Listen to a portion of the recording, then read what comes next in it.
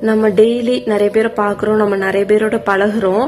ஆனா யாரெல்லாம் உண்மையா இருக்கா, யாரெல்லாம் பொய்யா இருக்கான்னு நமக்கு தெரியாது. ஃப்ரெண்ட்ஷிப்பா இருக்கட்டும், இல்ல எந்த ஒரு ரிலேஷன்ஷிப் ஆனாலும் இருக்கட்டும்.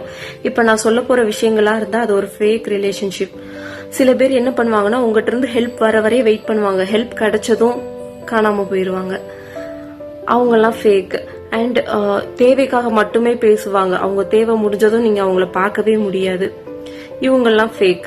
அண்ட் சம்டைம்ஸ் நீங்க எவ்வளவு ஹர்ட் ஆனாலும் அவங்க அதை பத்தி ஃபீலே பண்ண மாட்டாங்க. ஏன்னா உங்க மேல ஒரு பாசம் இருந்தா தானே நீங்க ஹர்ட் ஆனா ஃபீல் பண்ணுவாங்க.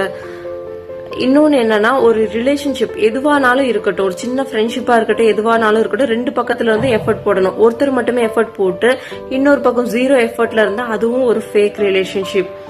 நீங்க எவ்வளவு நல்லா அந்த ரிலேஷன்ஷிப்பை எவ்வளவு அழகா பாத்துக்கிட்டாலும், இன்னும் அவங்களுக்காக நிறைய செஞ்சாலும் உங்களுக்கு சந்தோஷமும் நிம்மதியும் கிடைக்கலன்னா அது ஒரு ஃபேக் ரிலேஷன்ஷிப். உங்களை மதிக்காதவங்க, உங்க மேல அன்பு இல்லாதவங்களுக்காக வெயிட் பண்ணி உங்களை நீங்களே ஹர்ட் பண்ணிக்கிட்டு அதுக்காக பெக் பண்ணிக்கிட்டு கெஞ்சிக்கிட்டே இருக்காதீங்க. உங்களுக்கான ரைட் பர்சன் வந்தா உங்களை ஒரு ஹீரோயின் மாதிரி ட்ரீட் பண்ணுவாங்க. உங்களுக்கான ரைட் பர்சன் ரைட் டைம் வருவாங்க.